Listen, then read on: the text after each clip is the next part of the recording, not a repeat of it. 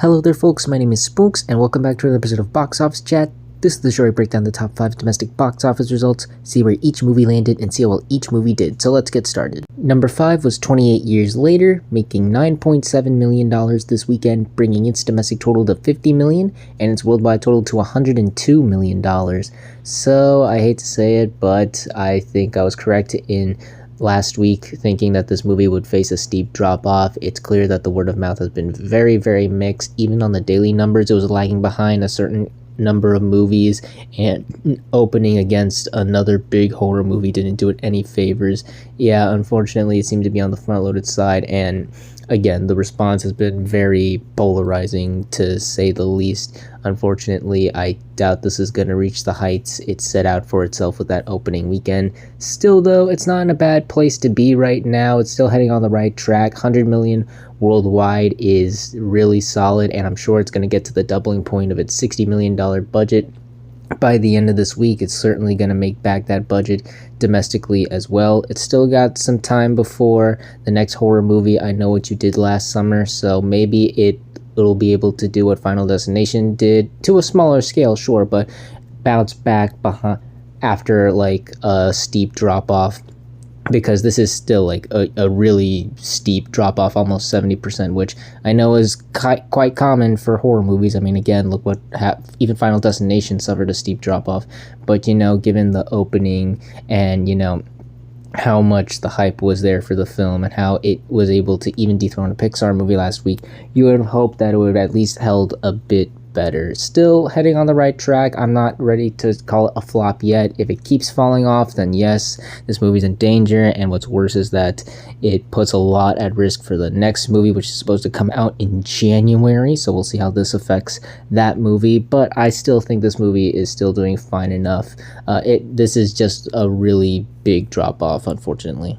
Number 4 was M3GAN 2.0, opening with $10.2 million this weekend domestically and $17 million worldwide. This is the 6th biggest opening for a horror film this year. It tops The Woman in the Yard, Companion, Hard Eyes, and Bring Her Back, but it still sits behind Wolfman, The Monkey, 28 Years Later, Sinners, and Final Destination Bloodlines. Ay, M3GAN, what happened here? I had a feeling it would come under the first film, but not to this extent. I thought that maybe interest was still there for M3GAN, seeing her back in action, literally in action, but I guess people did not want to see her in action. They want to see her in horror. They prefer her when she's a psychotic killer robot killing dogs and children. They don't want to see the sassy robot trying to be Tom Cruise. So yeah, I think the genre shift really hurt this movie more than I think many people were expecting it to, because people liked how silly and offbeat the first one was, but to see this movie taking a giant leap into that definitely steered some people away from this movie, unfortunately. And obviously I don't think this is going to be the hit the first one was. I doubt it's even going to make half of what that movie did. Again, there's still time before I Know What You Did Last Summer, but when, you know, the movie opened this low, I think it's clear that the interest isn't really there for this movie, and I doubt it's going to really grow. Unfortunately, there are a couple silver linings here. It's a Blumhouse movie, so it wasn't that expensive. It was a $25 million movie. It'll make that back very soon, and audiences do seem to be liking it more than critics. Critics are very mixed on this movie. Last I checked, it was at 57%, so literally down the middle, like a clear divide between critics who liked it and did not like it, but audiences are seeming to enjoy it a bit more. It got a B+ on CinemaScore, which is actually an improvement over the first film's B, and for a horror movie, that's really good, although this is an action comedy, really, and a B+ wouldn't really be good for that type of movie. So did this movie not really meet expectations in people's... I'm reading too deep into this. The point is, again, compared to the first one, yeah, it seems like people are enjoying it, but again, the interest is just so low, and the opening was so low. I doubt it makes a big comeback unless if it pulls off what Hard Eyes did earlier this year, and has a big jump on 4th of July weekend. I'm not sure if it's going to really stand on its own, especially with the big competition hitting theaters this month. So yeah, unfortunately, a really disappointing opening for M3GAN 2, and I'm not sure how this is going to benefit the next film in this franchise, a spin-off, which also, like 28 years later, comes out in January. So we'll see how this affects that movie. But as far as this movie goes, yeah, I'm sorry, but this was not the feminine phenomenon the first one was. Number 3 was once again Elio, making $10.4 million this weekend. It brings its domestic total to $41 million and its worldwide total to $72 million. So I'm not going to say it had a terrible weekend, because it didn't. The fact that it got over M3GAN 2 is an accomplishment, and stayed in 3rd place is really respectable for sure. And it didn't fall off the face of the earth. It didn't plummet like that or anything. It does show that word of mouth is there, but it didn't hold as strong as I thought it would. It fell 50%. That's not bad for any movie. That's not bad. In fact, that's probably what most blockbusters would hope for their movie to hold in their second weekend. But for a family film, especially an original animated movie like this, you want to be in like the 30s, maybe even the high 40s, like stuff like the Wild, I know that's not an original movie, but like The Wild Robot or Elemental, The Bad Guys. Again, I know that's not original, but it fits in the category. And even like Migration, those movies held really well and were able to leg out despite their softer openings. But this one doesn't seem to be having that really strong word of mouth that those other animated films had. It's certainly not another Migration. It's certainly not another Bad Guys, and it's definitely not an Elemental in that regard, which is what they were hoping this would be. It would have had a soft opening, but it would really take off within weeks. It was what I was hoping and expecting would happen, but I just don't think the interest was quite there for this movie, unfortunately. I think it's just getting swamped by the competition, which is surprising considering this is the only animated kids movie right now, and typically those movies would have no trouble, especially during the summer, but this one is really starting to struggle, unfortunately. Granted, I still think we're going to see some really solid legs here. I think, again, it's got enough time before Smurfs. It's 4th of July weekend this weekend. You got to do something with the kids, so I'm sure it'll benefit from that. And in terms of the worldwide numbers, it's on its way to 100 million. I think it has a shot at surpassing the initial budget, which is good, but again, you need to double that budget in order to really qualify yourself as a success, and I'm not sure if it's going to do that. It's showing some good signs internationally. I read it did really well in France this past weekend, but I'm not sure if it's gonna get the help it really needs. So unfortunately, this is looking like a big disappointment for Pixar, which is unfortunate considering how their legacy and their winning streak, even something like Elemental, which looked like a complete dud, was able to bounce back from that. And unfortunately, this is just not having that effect, unfortunately. Who knows? I could be wrong. Maybe it gains legs after this. Who knows? Maybe suddenly, by some miracle, it really starts to move forward out of this, but right now it's just not looking like that, unfortunately. Number 2 was How to Train Your Dragon, making $19 million this weekend, bringing its domestic total to $200 million and its worldwide total to $456 million. So it's clear to me that this is, at least right now, the big family movie to see. It was able to bounce back from its quite hefty drop-off last weekend, and it's still pulling itself ahead of Elio right now. And in terms of where it compares to the other How to Train Your Dragon movies, it's on its way to become the biggest film in the franchise domestically, just 17 million away from the original film.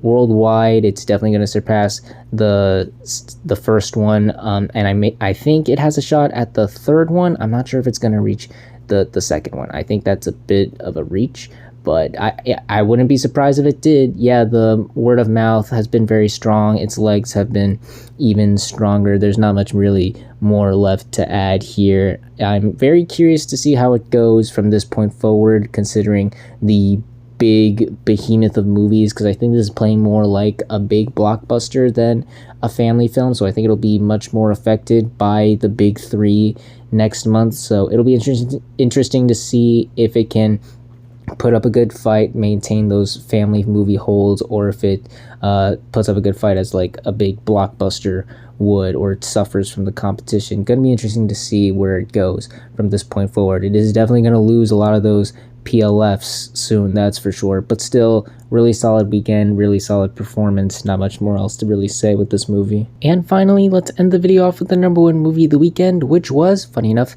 F1, opening with $57 million this weekend domestically and $146 million worldwide. This is the 5th biggest opening of the summer, topping Final Destination Bloodlines. 28 years later, Ballerina, Elio, and Karate Kid Legends, but still sits behind Mission Impossible, Thunderbolts, How to Train Your Dragon, and Lilo and Stitch. It is also the 7th biggest opening of the year overall, topping Final Destination, Sinners, and Snow White, but still sitting behind Mission Impossible, Thunderbolts, How to Train Your Dragon, Captain America Brave New World, Lilo and Stitch, and a Minecraft movie, and it's Apple Originals' biggest opening, topping Killers of the Flower Moon, Napoleon, Argyle, and Fly Me to the Moon. As I expected, this movie had a really solid opening. Nothing monumentous, but certainly very respectable and surprising in the best way possible.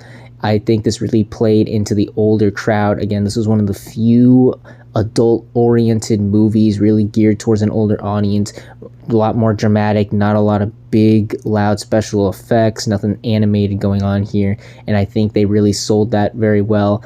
Formula One has quite grown in the time over the years, for sure. I remember it used to be just like an international thing, very big in Europe, but it has definitely grown its audience in America, and a lot of people have been really looking forward to this movie, especially the fans. They were really smart by putting full force the stars on presenting, making appearances during the big races in Formula One, which was really smart. And overall, the buzz was strong, reviews were even stronger, a lot of interest with this movie, and on a $200 million budget, it's already made a majority of that back, and I can definitely see it being one of the surprises of the summer for sure, as audiences are also really enjoying it. It got an A on Cinema Score. That's all good said and done. Yeah, I see a lot of positive things with this opening, but like How to Train Your Dragon, this has a lot of competition ahead of itself. This has got arguably going to be more affected by the competition, by the big three this month, so it's going to really need to put up a good fight. Apparently it's locked on its IMAX screens for the next 3 weeks, but it will have to share a lot of the other PLFs with the other big movies, so we'll see how that affects the movie's performance as we go further down the road. But yeah, this has been a really strong opening, and things have been looking really strong for the movie thus far. I have heard nothing but positive things from people who have seen it. Again, I think the sky's the limit for this movie. I don't think it's going to give Lilo and Stitch a run for its money, but it's definitely going to put up some really solid, surprisingly good numbers for the summer and for itself. Yeah, overall, a very strong opening for F1. Hopefully can continue this as we head through the big month of the big three. And those were your top 5 domestic box office results for this weekend, but we're not quite done yet, as we've got another week ahead of us and new movies hitting theaters. And since it is 4th of July weekend, we have one big movie to celebrate the holiday, that film being Jurassic World Rebirth. That's right, the reboot of the reboot. It's been 10 years since the last Jurassic World franchise started, so obviously that means we're due for another reboot. We follow a group of explorers visiting the island, and obviously wacky hijinks involving dinosaurs happen, where they even meet this freak of nature dinosaur that looks like a true monstrosity, and so they have to escape. Obviously, being 4th of July and Jurassic World, I think this is going to do really solid numbers. They've been really marketing and pushing this movie a lot, definitely, and obviously people like dinosaurs, and those last 3 Jurassic World movies made money. They got worse with each new movie, but they made money, billions of dollars for them, and I see this being no different. However, I don't think it's going to be as big as those movies. Really, I see the hype, I see the marketing, and I see the big, I even see the really solid opening, the big opening here, but I doubt it's gonna reach those numbers, because those Jurassic World movies, they were really hyped up, they were really sold well, where this does look like another Jurassic Park movie. Really, it looks like it's got some more dinosaur action than the last couple movies, but at the end of the day, it does look a bit more been there, done that. So I'm skeptical on how this movie's really being sold as a new Jurassic World movie, and the buzz is there, but it's not huge or anything, at least from what I'm seeing. People are talking about it, yeah, excited about it, but they're not like hyped up or anything. Like Jurassic World Dominion was hyped, and obviously it's got 2 other big movies coming out later this month that are gonna really put up a good fight against it. So those are the things I think are gonna affect it the most, but I'm still expecting a really solid opening here. I think this movie's gonna really deliver the fireworks this 4th of July. All in all, I still think we're gonna see a really strong opening here, but we'll see how well this movie truly does, as well as the rest of the movies that land in the top 5 on the next Box Office Chat. And that's going to do it for this week's episode of Box Office Chat. What did you all think of the results? Were you satisfied, unsatisfied? Comment down below and let me know. If you like this video, hit the like button. If you like this channel, hit the subscribe button. Follow me on all the social media links right there. And until next time, everyone, stay sharp.